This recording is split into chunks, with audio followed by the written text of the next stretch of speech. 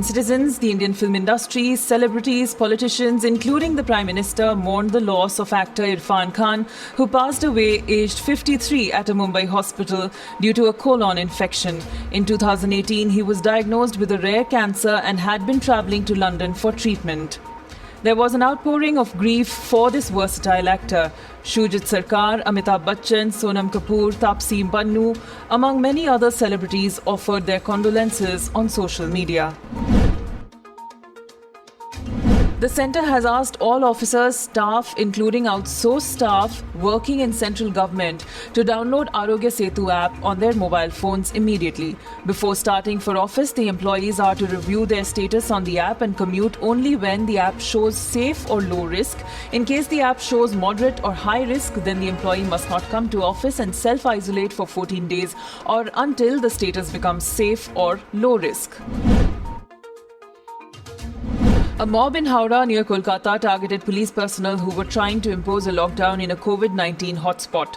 2 personnel were injured as cops tried to disperse a huge crowd that had gathered at a roadside market. The mob also stoned a police outpost and 2 police vehicles were ransacked. A huge police team was sent to the area to restore order.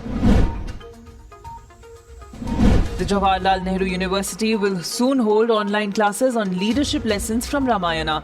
These sessions will be conducted through a webinar by the Varsity's School of Sanskrit and Indic Studies and School of Language, Literature and Cultural Studies faculty members. The registration for the course is on. JNU Vice-Chancellor M. Jagdish Kumar said he sees no reason why anyone should oppose such a course. The United States Commission on International Religious Freedom asked the US government to classify India as a country of particular concern, along with other countries like Pakistan, North Korea, China, and Saudi Arabia. The US CIRF is an advisory body to the US Congress. India has rejected the observations in the report and said that its biased and tendentious comments against Indians are not new, but on this occasion, its misrepresentation has reached new levels.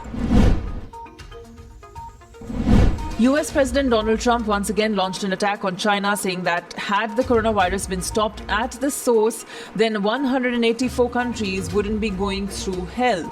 The massive outbreak in the United States has put Trump under increasing pressure from American lawmakers to decrease US dependence on Beijing, and they have also sought compensation from China.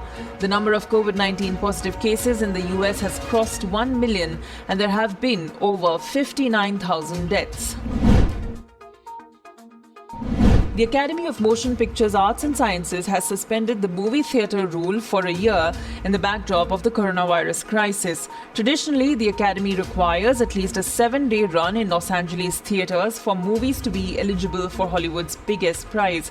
The Academy said in a statement that for the 93rd Academy Awards only, films that had a previously planned theatrical release but are initially made available on a commercial streaming platform may qualify.